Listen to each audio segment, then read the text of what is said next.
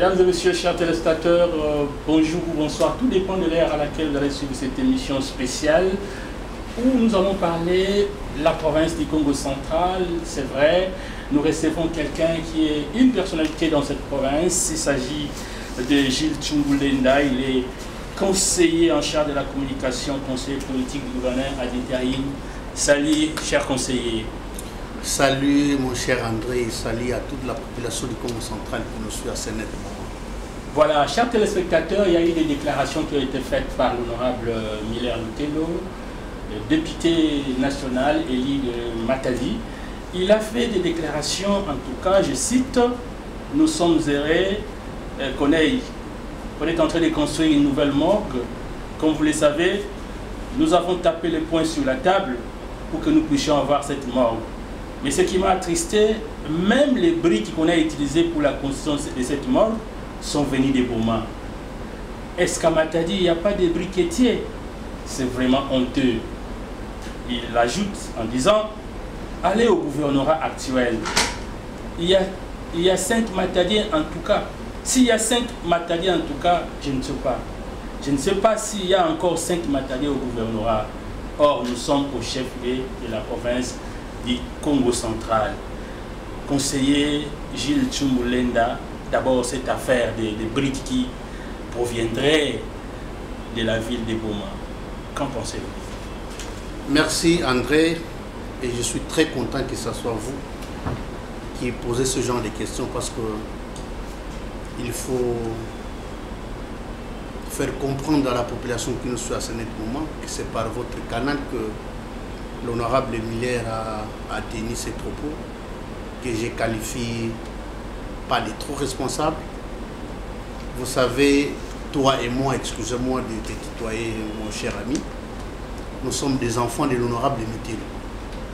Honorable Lutelo, Miller, moi et toi, c'est notre enseignant. Si nous avons quelque chose maintenant là, si nous représentons quelque chose dans cette province, l'honorable Miller est pour beaucoup. Moi, c'est mon professeur. Il m'a donné comptabilité des sociétés. Et il est député national. Il mérite respect, considération, parce qu'il représente toute une province à l'Assemblée nationale. Parce qu'il est député national élu de la ville de Matadi. À ce titre, nous lui répondons, mais avec beaucoup de décence dans les propos.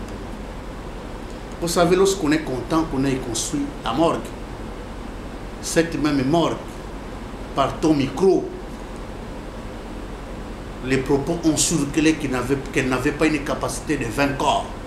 Cette nouvelle morgue-là. Aujourd'hui, l'honorable Miller s'en félicite. Et je crois que rien n'a été ajouté à cette morgue. Mais je crois qu'aujourd'hui, cette morgue peut avoir une capacité de plus de 120 corps. Je crois que c'est pour la première fois qu'on aura un miracle en province. Mais quant aux briques qui proviendraient de Boma, je crois que l'honorable Miller a frappé hors plaque. Parce que vous savez que depuis le mois de mai 2021, l'exécutif national a décidé d'allouer dans toutes les provinces de la République démocratique du Congo des fonds d'investissement. Et chez nous, au Congo central, entre mois de mai et mois de juillet 2021, nous avons reçu 1 400 000 $ au Congo central. Et à l'époque, le gouverneur Atou était encore en fonction. C'est le gouverneur Atou avec le bureau d'études qui a fait le plan d'investissement de ces fonds en province. Mais malheureusement pour lui, les conditions n'ont pas permis pour lui d'appliquer ces projets qu'il a lui-même élaborés avec, quand je dis lui comme gouverneur, mois de mai, mois de juin, mois de juillet, mois d'août, mois de septembre, ces fonds n'ont pas été utilisés parce que le chef n'en voulait pas, compte tenu de tout ce qui s'est passé. Donc il a été prévu 100 000 $ à chaque territoire et je crois 200 000 à chaque ville.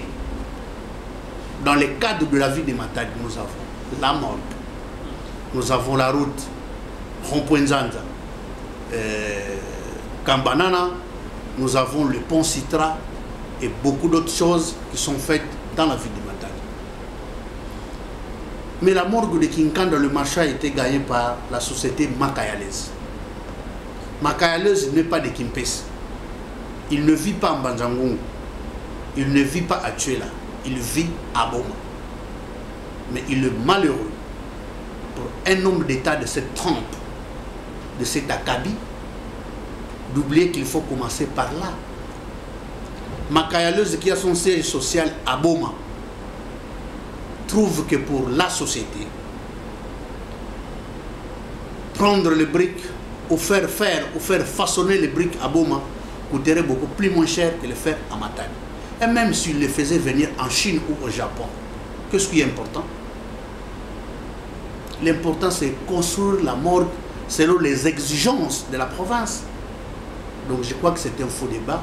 Et ces propos ont été tenus au sortir des dépôts de candidature. Oui.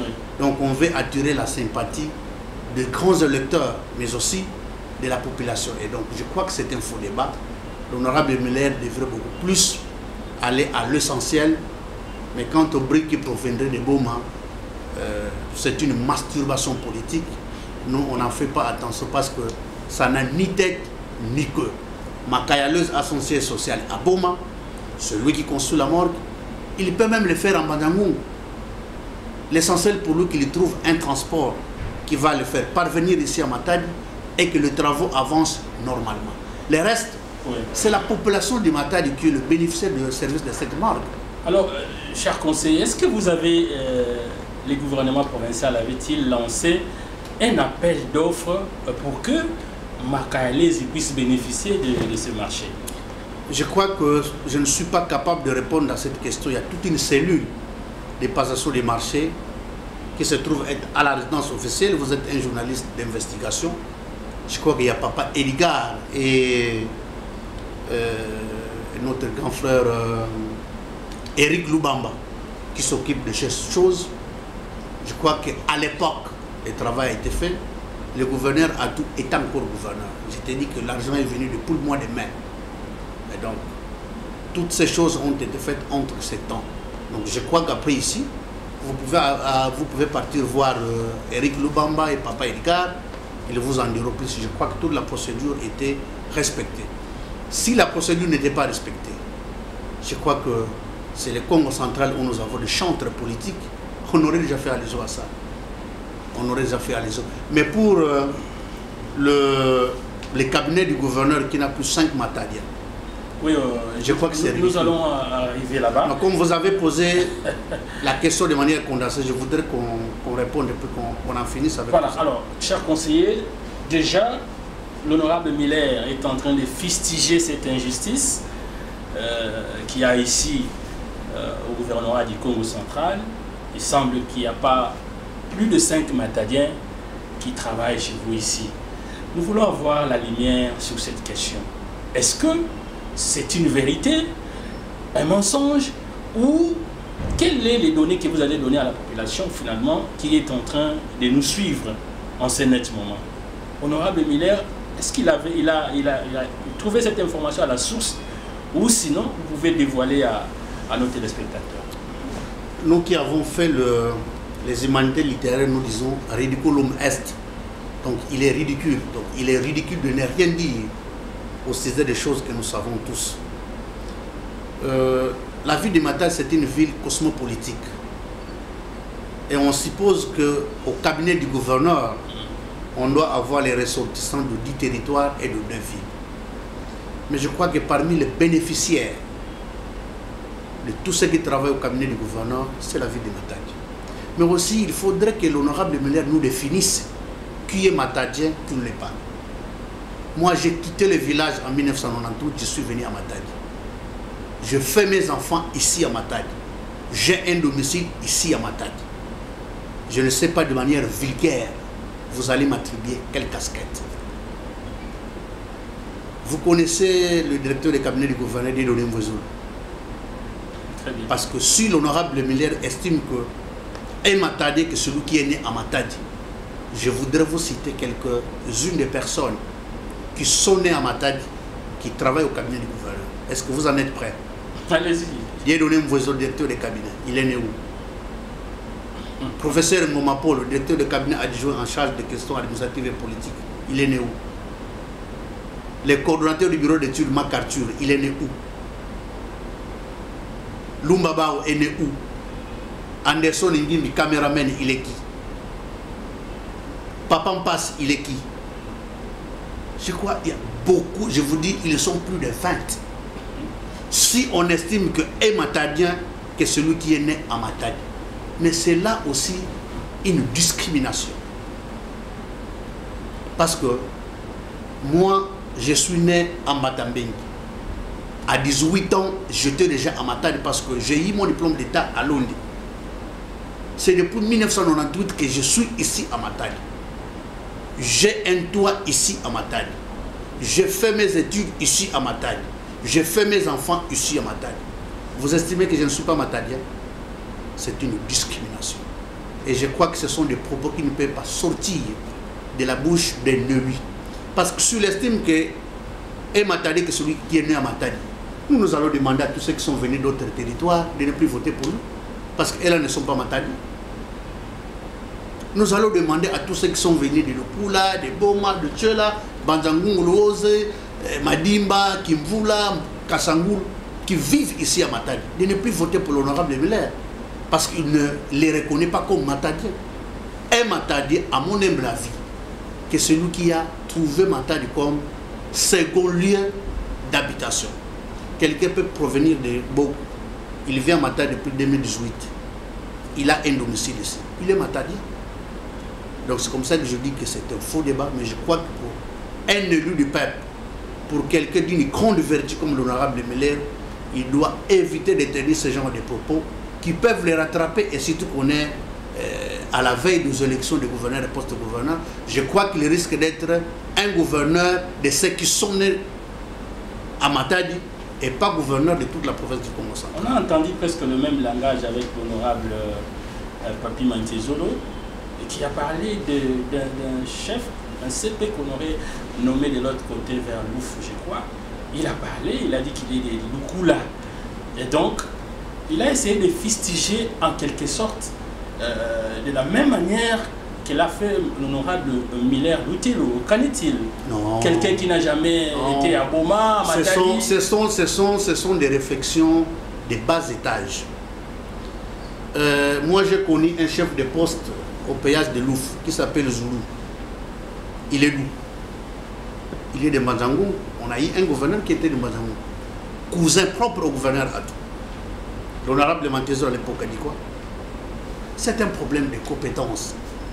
Le chef de poste actuel de Louf, il est de Boma. Il est né à Boma, il a grandi à Boma, il a étudié à Boma, il a sa femme à Boma et ses enfants à Boma. Est-ce qu'il y a une coloration de gens qui peuvent être chefs de poste d'un péage, soit à Loufou, à Mouango et à Moine?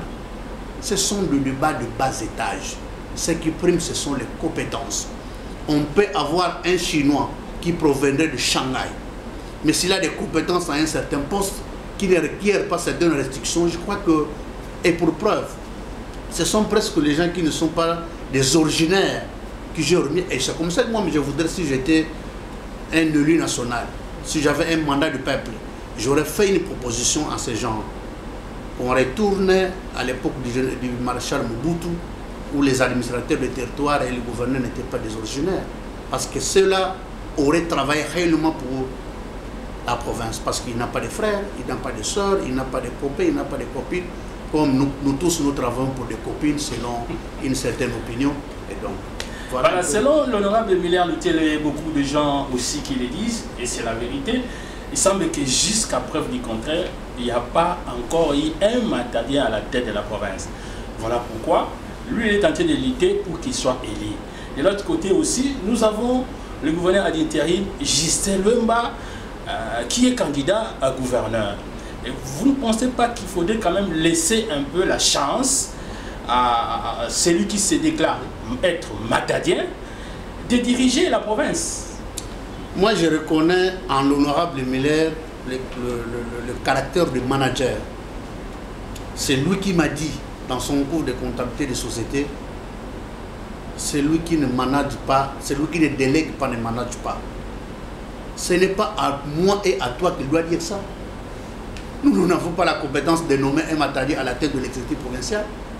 Ici, dans ces bâtiments ici, pour venir être gouverneur, il faut être élu à Palace. Il peut commencer à chanter midi, matin, soir. Ça ne se fera pas. Il faut qu'il aille convaincre là-bas les députés provinciaux. Il faut qu'il fasse des concessions avec ses collègues candidats gouverneurs. Il va dire, il va pernicher à la télévision, on n'a jamais eu un Matadi. La population va faire quoi? La population a la possibilité d'élire un député. Cette population n'a pas la possibilité d'élire un gouverneur. Elle le fait à travers les grands électeurs qui sont les députés provinciaux. Donc dites-lui d'éviter de nous casser les tympans avec des tintamars comme ça, parce que ce sont les députés qui élisent, pas nous la population. Mais aussi, si nous avons un candidat qui a un programme qui puisse convaincre les élus provinciaux, qu'ils soient Matadi, Bomatraci, de Bandjangoum, de partout. J'ai même écouté quelque part dans un groupe, comme nous avons tous des groupes WhatsApp dans nos téléphones, qu'il fallait cette fois-là qu'on laisse à un territoire qui n'a jamais dirigé tout ça. Mais qu'est-ce que c'est? Ça c'est quoi? Dans ces bureaux ici, nous avons 2 candidats gouverneurs et un candidat vice-gouverneur. Vous imaginez? Les gouverneurs de province, Justin Lombe, candidat gouverneur.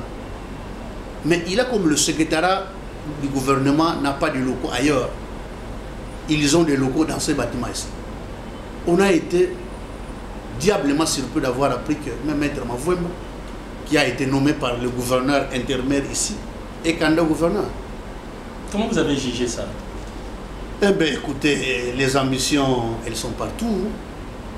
Mais je te réponds par une anecdote. C'est la faim qui fait sortir les lions de la forêt. C'est la faim qui fait sortir les lions de la forêt. Et donc, nous avons été surpris. Pour les gouverneurs, agréablement. Mais pour nous, les collaborateurs, désagréablement. Mais comme c'est la loi de la nature, on ne peut pas interdire à quelqu'un de penser.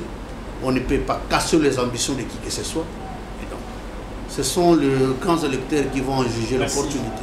Chers téléspectateurs, je rappelle que nous recevons Gilles Tchoumoulenda. Il est conseiller en charge de la communication, mais aussi conseiller politique du gouverneur ad intérim Justin Lomba-Makosso. Avec lui, nous sommes en train de parler un peu sur les déclarations qu'avait faites l'honorable Miller Lutelo, mais aussi nous parlons de la province du Congo central.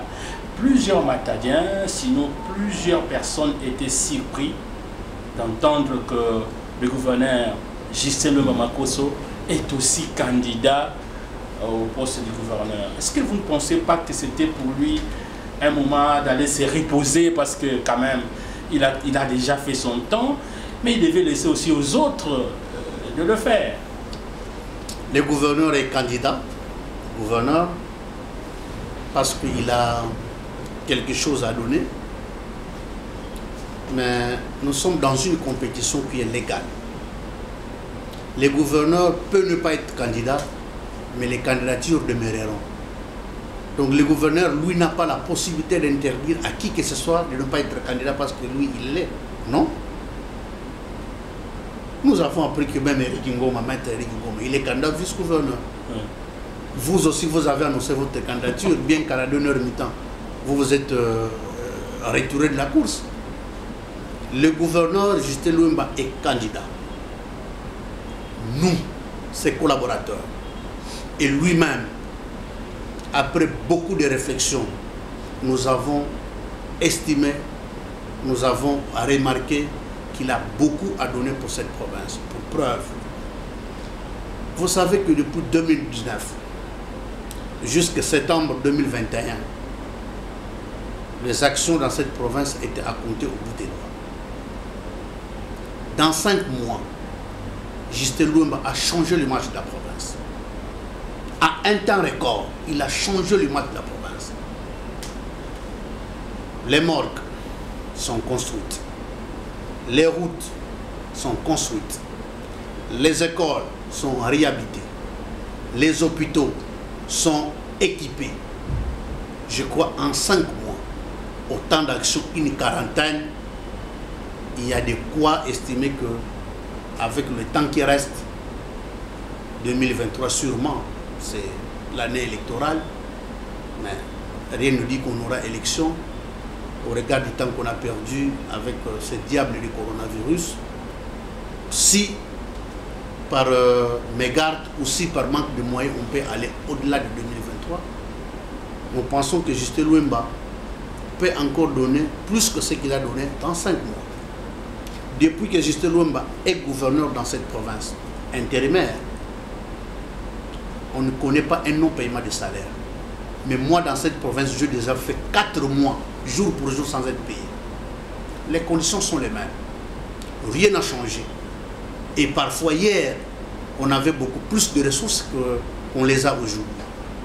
Et donc, nous avons quelque chose à donner. Nous avons un bilan à défendre, bien que pour 5 mois. Vous savez que moi et toi, que l'exercice budgétaire, c'est pour 12 mois. Donc, à 5 mois, on ne peut pas parler d'un bilan, mais on a quelque chose à dire aux grands électeurs qui représentent la population du Congo central. Justin Louemba, sur la gestion orthodoxe. Vous avez de bons rapports avec certains dans cette province. Je cite le nom du ministre Gaban. Il n'a pas d'ennemis dans cette province. Il parle avec tous, même ceux qui n'ont pas son âge. Prends ton micro, va les voir. Vois les services connexes de finances, la comptabilité, la sous-gestion, l'ordonnateur de dépenses délégué. On vous dira que Justin Louemba est incapable de prendre 10 000 francs de l'État mettre dans sa poche. Et trop souvent, c'est lui qui dépense de ton argent. Parce que il y a certains candidats députés, certains candidats gouverneurs, allais-je dire, qui sont découragés après qu'ils ont rencontré le gouverneur. Quand le gouverneur leur fait voir les conditions dans lesquelles le gouverneur travaille actuellement avec la venue de ces services connexes de la présidence qu'on appelle l'inspection générale des finances, les choses ont changé. Aujourd'hui, le gouverneur ne peut plus blaguer avec l'argent de l'État. Tout, c'est l'UGF qui encadre les dépenses. C'est l'UGF qui juge la légalité de la dépense. Et donc, ces bureaux ici que tu vois, un mois, il n'a pas de frais de fonction. Ces bureaux ici, on doit acheter du papier, on doit acheter de l'encre, on doit acheter du savon, les papiers hygiéniques et tout et tout. Parfois, c'est le gouverneur qui sort de sa poche. Vous pensez qu'on peut avoir un gouverneur comme Justin Louemba qui prend 10 millions de ces francs congolais, il met pour les comptes de la province et sans pourtant réclamer un remboursement. S'ils sont 2, ils ne peuvent pas être 4 ou 5. Donc, voilà les raisons qui font que Justin soit candidat. Mais nous sommes aussi contents qu'on ait aussi des candidats sérieux comme Longa Komu. Je crois que ces gens de candidats, une fois élus, ils peuvent aussi apporter quelque chose. L'honorable Miller, qui est aussi candidat gouverneur, moi je connais sa rigueur dans la gestion parce qu'il m'a enseigné, je le connais un certain temps, j'étais son meilleur petit. Donc, comme on lit à l'Inga, la pire petit naïe. À l'époque, en 2006, il est revenu de l'Europe. Il est venu pour la première fois, quelqu'un venait avec une voiture compresseur. J'ai été le tout premier à prendre place à bord de cette voiture. Et donc, lui aussi, c'est un bon candidat. Je crois que sur l'élu gouverneur, il peut apporter quelque chose. Son passage à l'OEBK, nous avons une très bonne image de cette entreprise qui a changé pendant son mandat. Mais pour le reste, je ne les connais pas assez. Mais je crois que Dieu fasse grâce pour qu'on ait un gouverneur qui aura le souci de cette population, le souci de ce peuple qui a beaucoup souffert pour manque d'infrastructures routières, d'infrastructures scolaires, d'infrastructures hospitalières. Parce que nous élisons le député pour prétendre avoir quelque chose en retour. Mais si ça ne vient pas, c'est fort malheureux. Voilà, cher conseiller, qu'en est-il maintenant de ces reports des élections? Parce que la date prévue, c'était le 6 avril prochain. Et finalement, la CENI va reporter encore. Il va essayer de réaménager pour le sommet. Est-ce que vous pensez qu'il y aura toujours élection? Ah, ça c'est quoi? C'est une question qu'il faut poser à la CENI. Mais moi déjà, comme quelqu'un qui soit dans ces bateaux, ça m'arrange. Hein? Oh. Parce que chez vous, vous nous comptez les jours qui restent. tantôt c'est Courtejoie, tantôt il y a qu'un expert, surtout dans ton groupe Mouinda News, qui est un expert à compter les jours, alors qu'il est agent ici. Moi, ça m'arrange qu'on repousse. Parce que je suis payé chaque fin du mois. Et un salaire conséquent, un salaire important. Et donc j'ai pris et je croise les doigts pour qu'il n'y ait pas élection. Mais pour la normalité des choses, je crois qu'il doit y avoir élection. Mais si on a procédé à un report, je ne peux pas vous donner l'exactitude de la réponse parce que c'est peut-être lié à un contexte logistique, ou soit lié à un contexte financier, parce que organiser les élections sur 14 provinces, hormis, je crois, les 2 provinces qui font face aux attaques de l'Est, je crois à 12 ou à 13 provinces, ça sera quelque chose de très bon pour quand même normaliser le fonctionnement de toutes ces provinces. Mais pour nous, les Congo central, c'est comme ça que nous sommes partants. Mais je crois que le chef de l'État qui est garant du bon fonctionnement des institutions au pays doit faire 2 efforts pour que ces élections soient organisées. On risque de ne plus trop croire en cette CENI qui vient de prendre fonction il n'y a pas 4-5 mois passés. Donc je crois que le président Kadima va tenir compte de tout ça pour qu'on ait élection. Mais les pro-Atou Matouana Nkoulouki estiment qu'il n'y aura pas élection dans la province du Congo central. Atou Matouana va reprendre son poste. Moi, je le soutiens. Moi-même, je suis pro-Atou. Parce que j'ai été nommé pour la première fois conseiller du gouverneur de Pouki-Souné par le gouverneur Atou. Je ne peux que le soutenir. Mais parce que j'ai dit que je le soutiens dans le sens de continuer à faire pression à la CENI pour qu'on n'organise pas des élections, ne sachant pas qu'ils sont en train de faire notre ligne. Parce que, André, malheureusement pour toi et moi, nous ne sommes pas juristes. Toi, tu es comptable, moi, je suis marketeur. On nous oppose l'arrêt du Conseil d'État. En aval, on oublie qu'en amont, il y avait une encre presque indélébile, qu'on appelle l'arrêt de la Cour constitutionnelle. J'ai vu dernièrement un grand frère, un juriste, qui a mis quelque chose sur les réseaux sociaux disant que c'était un arrêt d'interprétation. Il y a un article de la Constitution, je ne sais pas, il s'agit de l'article 146, je ne sais pas il s'agit de quel article, qu'il s'agisse d'un arrêt d'interprétation, ou, comment on appelle l'autre arrêt, interprétation et d'un arrêt d'exécution. Si la Cour a rendu cet arrêt, on n'y revient plus. Vous pensez que politiquement, entre ceux qui sont partis comme gouverneurs et ceux qui sont restés, il y a aussi un parallélisme. Le gouverneur Mouyej, qui lui d'ailleurs a été à Kinshasa pendant qu'on a organisé une session, une motion contre lui. On a organisé une plénière pour le déchoir. Mais vous avez vu la lettre qu'il a écrite. Il a dit que les arrêts de la Cour constitutionnelle sont opposables à tous, Mouyej Mangaise. Et vous pensez qu'au Congo central, c'est, comment on appelle ça? C'est de la supercherie. Ils s'y opposent, moi je les soutiens, parce qu'ils font notre lit. Plus que la CENI n'organise pas des élections, plus que nous gagnons du temps. C'est stratégique pour nous. Et plus aussi, on peut trouver des manœuvres pour faire revenir à tout Matouana à son poste. Mais s'il le revient, c'est ça le jeu de la démocratie. Le gouverneur Justin Louemba, je crois que c'est pour la énième fois que je te parle de ça. À Kinshasa, il ne connaît même pas, peut-être aujourd'hui comme gouverneur, mais hier comme vice-gouverneur, il ne connaissait même pas une habitation de chef de quartier. C'est comme ça que quand les gens passent chez toi là-bas, même dans ton groupe WhatsApp, même dans ton émission, raconter que c'est moi qui ai fait des justes gouverneurs. Moi, parfois, moi, je ris à canine ouverte, mais parfois les incisives dehors. Comment tu peux estimer que la loi vous dit que lorsqu'un gouverneur est indisponible, c'est le vice-gouverneur qui fait l'intérim? Mais quelqu'un veut vous dire, écoutez, j'étais gouverneur parce que moi j'ai été frappé à l'IGF. Et vous pensez, vous faites foi à ces gens d'ineptie. Quelqu'un même de Boma là-bas, un misérable garçon de Boma vous dit, si j'étais devenu gouverneur, c'est par moi. Je crois que nous sommes arrivés à un temps où les gens commencent à réfléchir par les tibias. Le gouverneur intérimaire Justin est devenu gouverneur par ce qui est arrivé au gouverneur Atou. Mais si le gouverneur Atou rentrait, Justin Lomamakos est vice-gouverneur. Et donc, vous pensez que Justin va travailler pour que le gouverneur Atou ne rentre pas? Non. Nous avons des instances judiciaires. Nous avons des instances politiques dans ces pays.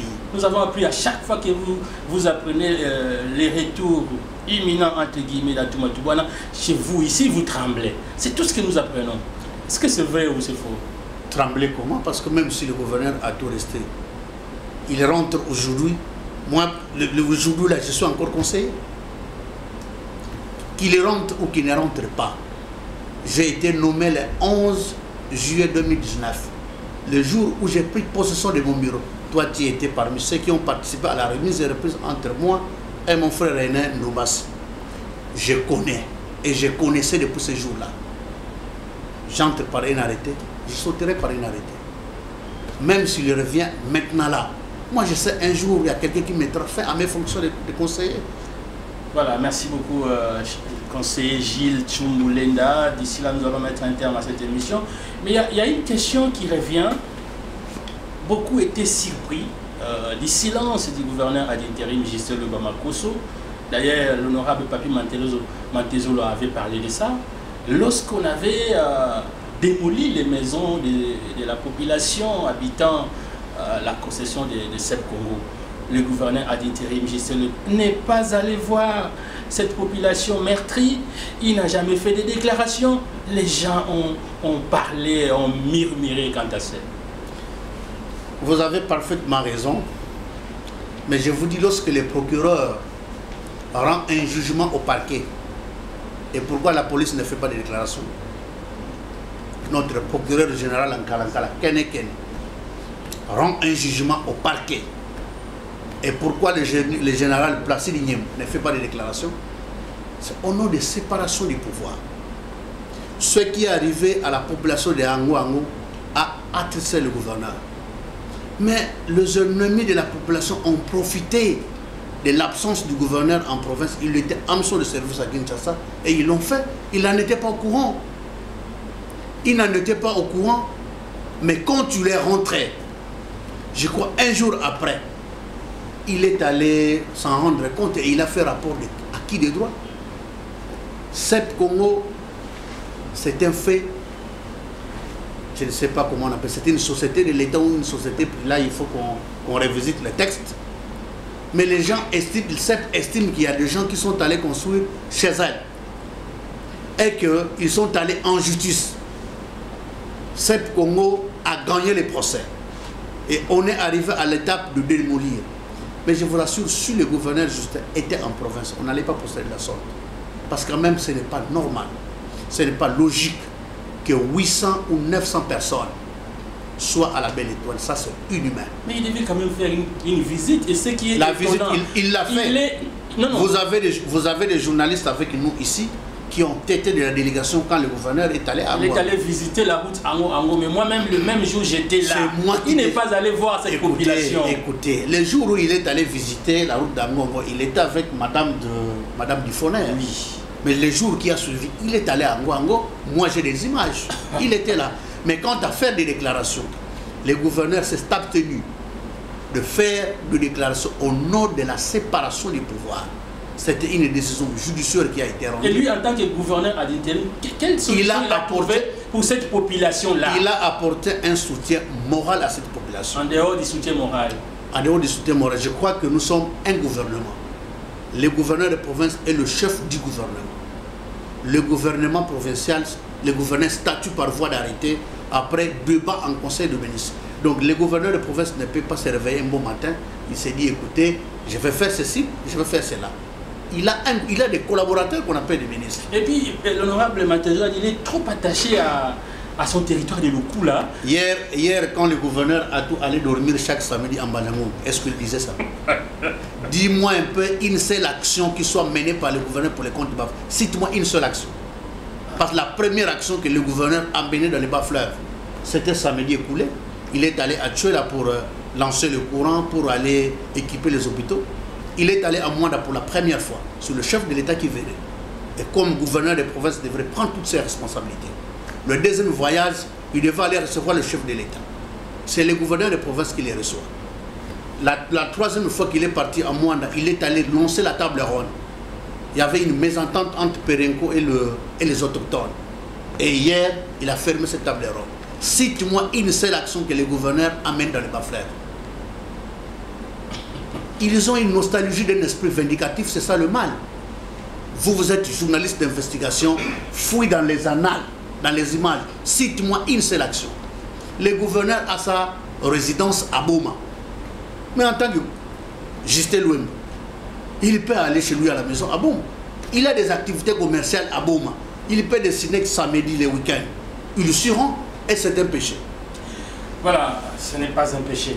Alors conseiller Jules, nous avons suivi, on a suivi l'honorable Léon Koussou qui a visité l'exécutif provincial et il s'est amené avec la veuve Patrick Palata.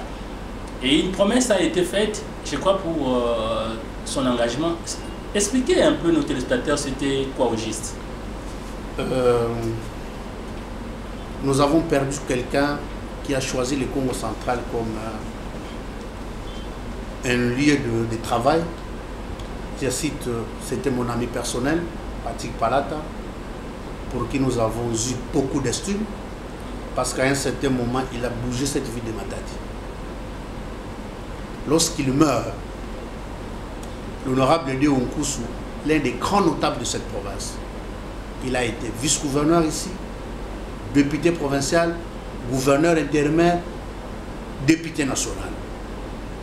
Palata a laissé une veuve et des enfants. Et pour aider la famille, il faut savoir que l'honorable Léon Koussou a un mandat électif, mais il ne gère pas. Parce que quand Palata meurt, Léon Koussou n'était plus député, n'était plus ministre national. Il est redevenu député national. Il a dit qu'il ferait de son mieux pour que la province trouve de l'emploi à la veuve Palata pour que cette dernière ait la possibilité de lever les enfants. Il est arrivé ici, je crois, jeudi, mercredi ou jeudi. L'honorable Déo a posé les problèmes au gouverneur. J'ai vu des gens qui soient sensibles, mais je n'ai pas encore rencontré quelqu'un comme Justin Louem. Il a un sens d'humanisme exagéré. Aussitôt qu'il a appris les conditions dans lesquelles vivent les enfants et la femme de notre ami et frère Palata, et vouloir honorer l'engagement pris par l'honorable Déo devant tout le monde, il a estimé qu'il fallait non seulement aider l'honorable Déo à avoir un peu de crédit, mais aussi aider la famille de Palata à survivre.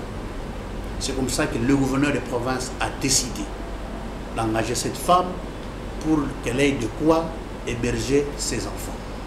Voilà les raisons qui ont fait que Justin Louem se mixe. Donc, c'est pour lui une manière d'aider la veuve Palata pour élever les enfants, parce que Palata a fait un nom ici à Matadi.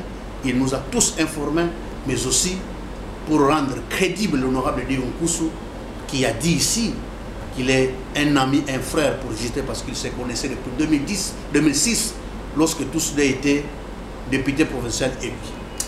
Merci beaucoup et coup de chapeau au gouverneur d'intérim Justin Louem, parce que nous étions là à Kinshasa lors de l'enterrement du journaliste Patrick Palata. Et la promesse avait été faite par l'honorable Léon Koussou, et aujourd'hui, les gouverneurs d'intérim trouvent une solution à cette dame.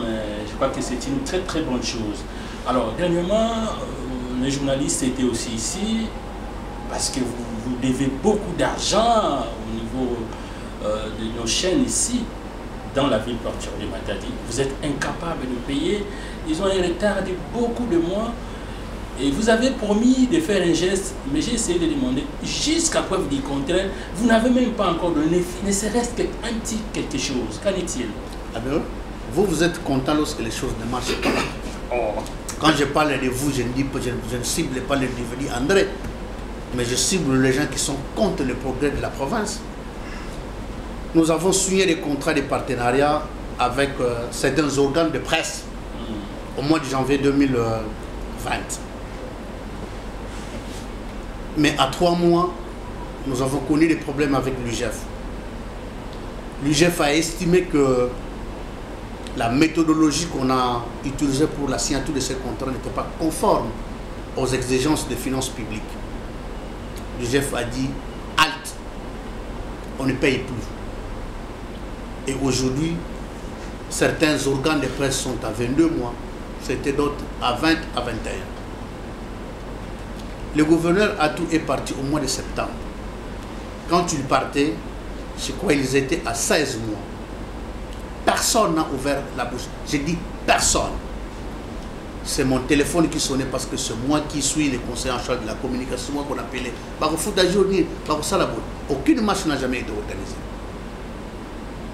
Mais lorsque le gouverneur Justin est intérimaire, les signataires de ces contrats, donc les partenaires du gouvernement, sont venus me voir dans mon bureau pour réclamer leur paiement. Je leur ai dit qu'il n'y avait plus de possibilité de les payer compte tenu de recommandations qui ont été formulées par l'UGF. Et ils ont fait un mémo. Mais je crois qu'ils ont été impatients compte tenu du manque de paiement pour organiser une marche. Vous savez, à chaque fois qu'il y a une marche dans une province, ce n'est pas une très bonne image de la promesse qu'on donne. Le gouverneur a invité nos partenaires à dialoguer. Ils ont dialogué, le gouverneur a pris des engagements. Comme c'était un dossier qui était bloqué au niveau de l'UGF, qu'on allait rencontrer cette dernière pour qu'on obtienne le paiement. C'était un arrangement à l'amiable parce qu'il a réclamé 22 mois, 21 mois, 20 mois. Mais nous nous sommes mis d'accord sur un certain nombre de mois à payer. Nous travaillons dans le dossier. Je crois que nos amis continuent à nous comprendre jusque maintenant, mais dans les jours qui suivent, nous allons faire un effort de manifester la bonne volonté parce que le gouverneur s'est engagé personnellement. C'est un homme de parole, c'est un homme consensueux. Il est obligé d'honorer sa parole. Je crois qu'il y a quelque part, on croirait que le gouverneur ne fait absolument rien, mais nous avons estimé, il y a un musicien qui dit que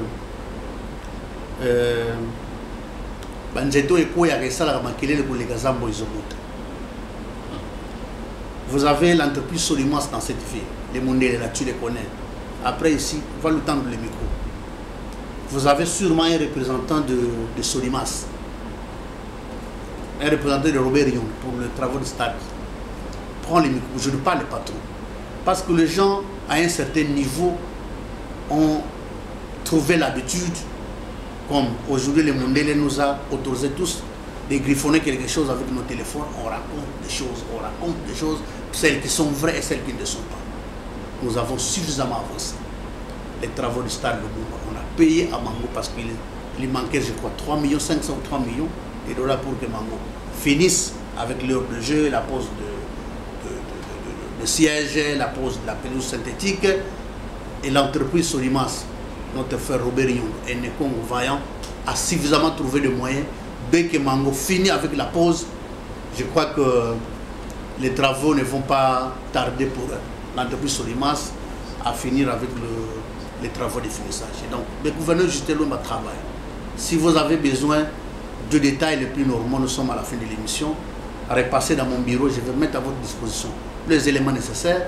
L'argent qu'on a payé sur les 3 millions de dollars, l'argent déjà qu'on a payé à Mango, l'argent qu'on a payé à Robert Rion pour les comptes de Solimas, je crois que Justin Louemba peut encore se prévaloir être candidat au regard de ce qu'il fait et au regard de ce qu'il a encore à donner pour cette province.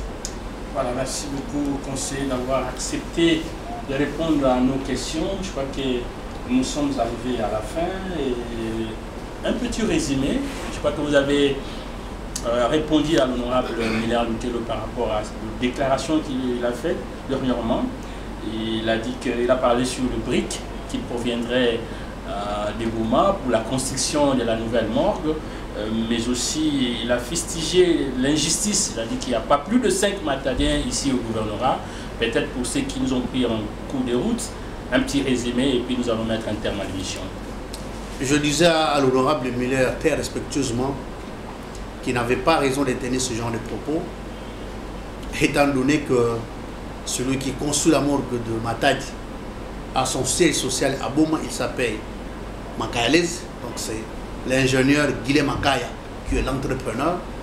Il a le droit, il a la possibilité de façonner les briques où et quand il veut. L'essentiel, qu'on reste dans les normes, qu'on reste dans les timings donnés par le gouvernement provincial. Et donc, ces briques peuvent provenir même de Dubaï. Ces briques peuvent provenir même du Japon, même de Singapour, même de chez moi en Batambing. Mais l'essentiel, que ça remplisse les normes d'une brique. Makayalez vit à Boma, le siège social est à Boma. C'est un faux débat.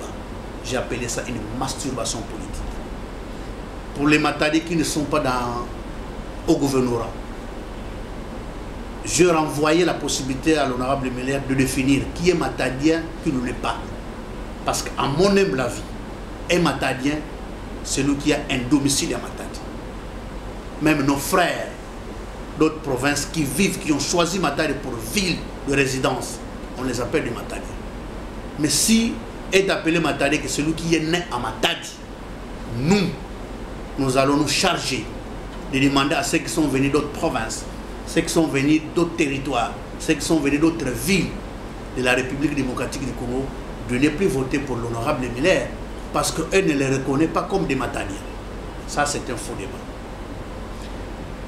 Mais pour les candidatures aussi, les uns et les autres, moi, j'ai loué le sens des responsabilités de certains candidats, dont l'honorable Muller, qui est un candidat sérieux, parce que je connais la rigueur dans la gestion. Moi, j'ai fait mon stage académique à l'OBK pendant que nous étions 2 jours là-bas. C'était un candidat sérieux. Et s'il gagne des élections, je crois qu'il sera un très bon gouverneur. Mais quand tu le dis que les Matadiens n'ont pas encore eu un gouverneur, c'est là où il n'a pas raison. Il a tort. Et il doit cesser à pleurnicher. Parce que la population n'est pas elle qui choisit le gouverneur, c'est plutôt les grands électeurs. Mais comme il est manager, il peut aller aborder d'autres candidats pour se retirer, il peut être candidat unique. Merci. Et là, il peut être élu. Mais pour finir, nous avons peut-être aussi fait savoir à la population ce que le gouverneur Justin a déjà fait. Oui. Chacun des territoires a bénéficié de 100 000 $. Ici, la ville de Matadi a bénéficié de la morgue de Kinkada, la route rond-point, Nzanza, Kambadana, les ponts Sutra. On a remblayé des nids de poules par-ci, par-là. Et donc, le gouverneur J.T. Louemba a quelque chose à défendre à l'Assemblée provinciale. Pour un temps record, il a fait plus qu'on a fait pendant 2 ans et demi. Donc, c'est comme ça que je vais demander à nos députés provinciaux d'en prendre conscience, d'être respectueux de tous les engagements qu'ils ont pris à leur base respective. Et je crois que le candidat le plus sérieux de cette compétition s'appelle Justin Louemba. Parce qu'il a donné, il a encore à donner. Nous le saurons le 6 mai prochain, chers téléspectateurs, et ce sont les députés provinciaux qui vont devoir voter. Merci de nous avoir suivis. Il était vraiment question que nous puissions recevoir le conseiller Gilles Tchoumboulinda. Il est conseiller en communication, mais aussi conseiller politique du gouverneur ad intérim Justin Louemba Makuso. Merci à la grande équipe qui nous a tenu compagnie. On se retrouve très prochainement. Au revoir.